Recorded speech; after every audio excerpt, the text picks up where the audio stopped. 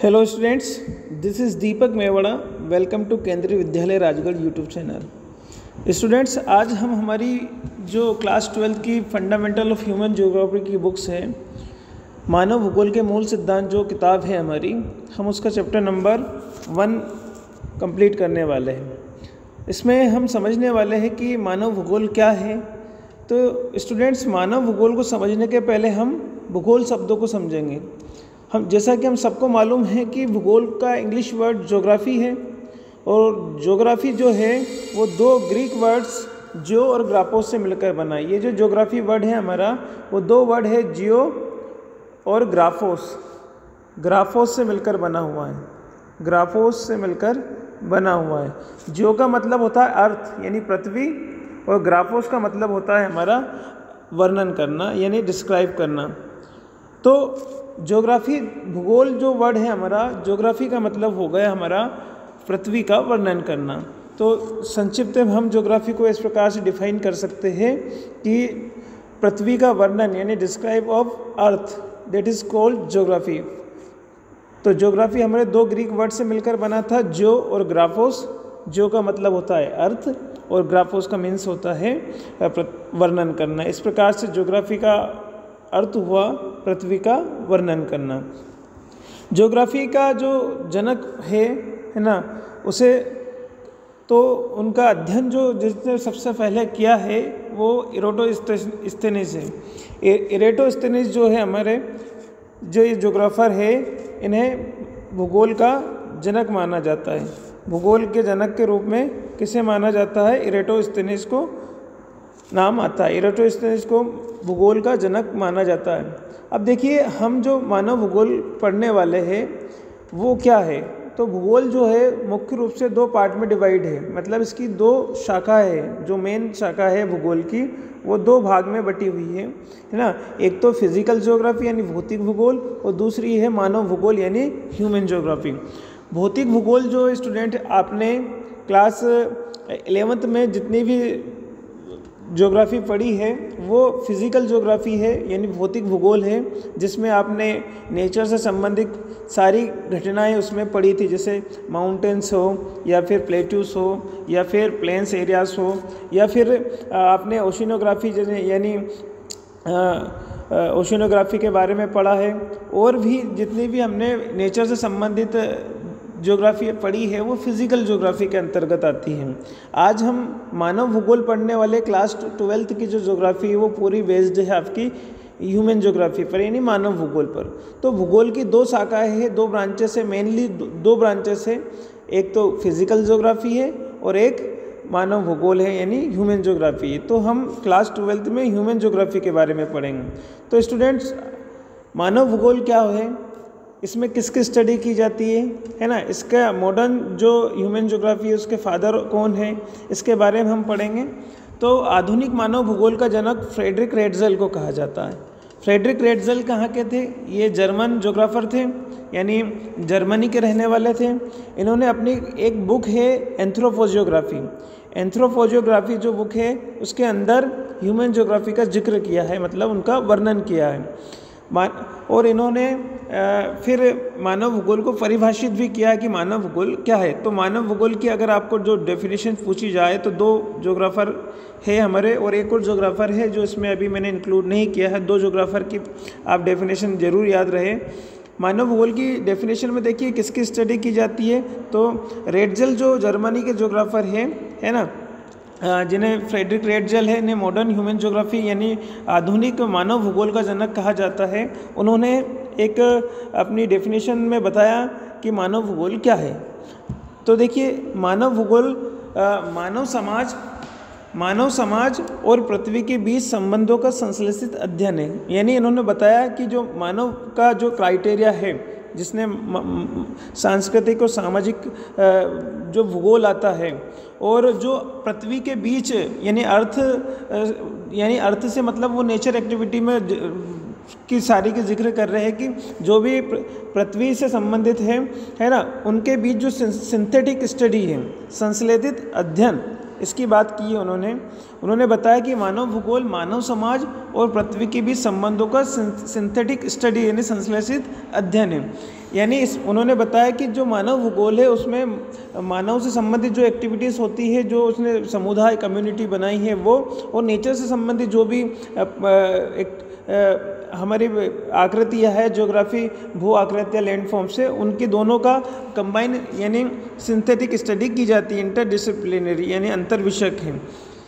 उसके बाद में एलेन सी सैम्पल जो कि ये यूएसए की थी, ये जर्मनी के थे, रेडजेल जर्मन ज्योग्राफर थे, है ना, और जर्मन ज्योग्राफर थे, और ये थे यूएसए की एलेन सी सैम्पल यानी एलेन चर्चिल सैम्पल, ये यूएसए की है। और ये जो रेडजेल की एक स्टूडेंट्स थी, शिष्या थी, इन्होंने भी मानव भूगोल को परिभाषित किया। मानव भूगोल के बारे में बताया कि मानव भूगोल क्या है। मानव भूगोल के बारे में एलेन चर्चिल सैम्पल ने भी बताया कि एलेन चर्चिल की मानव भूगोल अस्थिर पृथ्वी, स्थिर है अस्थिर पृथ्वी है, ये गलत प्रिंट हुआ है। अस्थिर पृथ्वी और क्रियाशील मानव के बीच परिवर्तनशील जो भी संबंध है उनका स्टडी करना ही क्या है, मानव भूगोल है। इन्होंने मानव भूगोल की डेफिनेशन को थोड़ा सा अलग डिफाइन किया और रेडजेल से थोड़ा सा डिफरेंट बोला है कि मानव भूगोल अस्थिर पृथ्वी, यहाँ पर अस्थिर पृथ्वी कर लीजिएगा, और क्रियाशील मानव, मानव भी क्या एक्टिवेट है, क्रियाशील है, कोई वर्क कर रहा है, बीच परिवर्तनशील संबंधों का अध्ययन करना, इनके बीच भी जो भी एक्टिविटीज़ हो रही है दोनों के बीच में, ह्यूमन के बीच और जो एक्टिव हमारी अर्थ है, इनके बीच में जो परिवर्तनशील चेंजेस रिलेशन है उनकी स्टडी करना ही क्या है, मानव भूगोल है। तो ये दो डेफिनेशंस हो गए। इसके बाद में आपके एक और ज्योग्राफर ने भी मानव भूगोल को परिभाषित किया है, जिनका नाम है विडाल डिला ब्लास, जो कि फ्रांसिस के आपकी बुक्स में दिया है, उसको आप देख लीजिएगा। जब भी मानव भूगोल को परिभाषित करना हो तो इन दोनों ज्योग्राफर की स्टडी और एक और विडाल डिला ब्लास जो कि फ्रांस के हैं, उनकी स्टडी, उनकी डेफिनेशंस को आप लिख सकते हैं।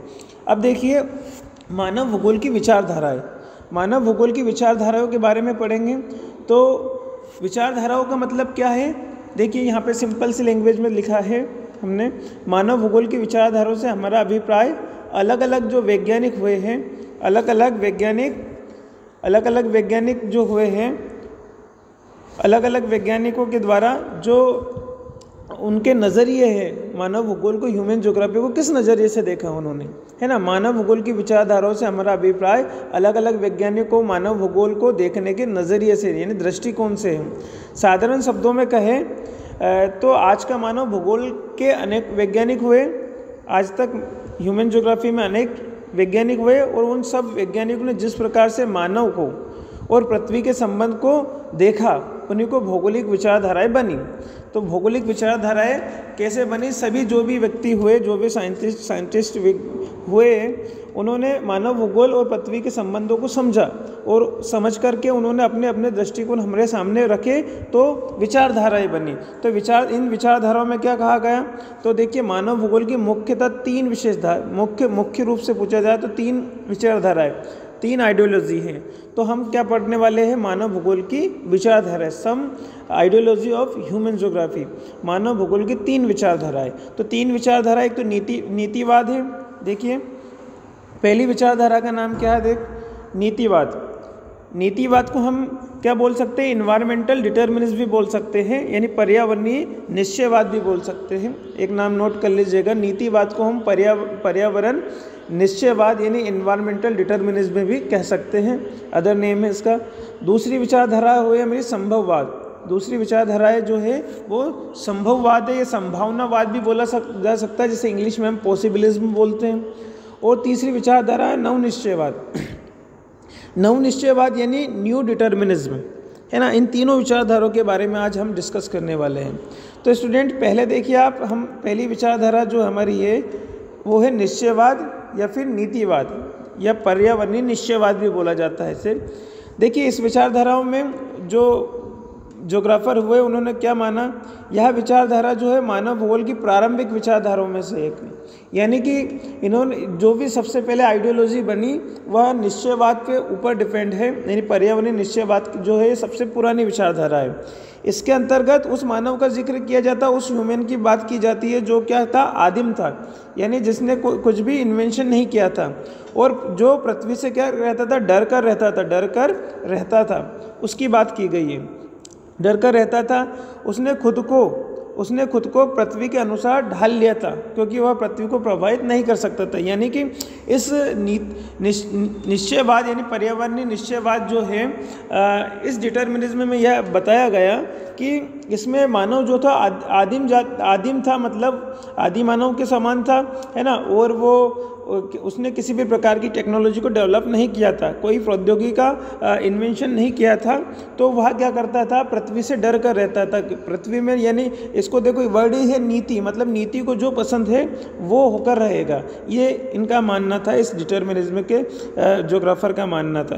और उन्होंने बताया कि इस काल का जो मानव था, इस पीरियड का जो ह्यूमन था, वह जो अर्थ है या नेचर है उसको प्रभावित नहीं कर सकता, किसी प्रकार का इफेक्ट नहीं कर सकता था, टेक्नोलॉजी को डेवलप नहीं की थी उसने। तो देखो इसकी कैरेक्टरिस्टिक्स देख लेते हैं हम, विशेषताएं, है ना। इस विचारधारा में क्या बताया गया कि इसमें प्रौद्योगिकी जो थी उसका डेवलपमेंट नहीं हुआ था। ये प्रौद्योगिकी का स्तर क्या था, वेरी लो था, है ना, स्तर लो था प्रौद्योगिकी, यानी आईटी डेवलपमेंट नहीं होती। मानव का जो विकास था, ह्यूमन का डेवलपमेंट, वो ना के बराबर था, कोई डेवलपमेंट नहीं हुआ था। और मानव प्रकृति की सुनता था, नेचर की सुनता था, उसकी पूजा करता था, उससे डर कर रहता था, मतलब वह प्रकृति को ही सब कुछ मानता था। और मानव सीधे तौर पर कहे तो प्रकृति पर निर्भर था, है ना।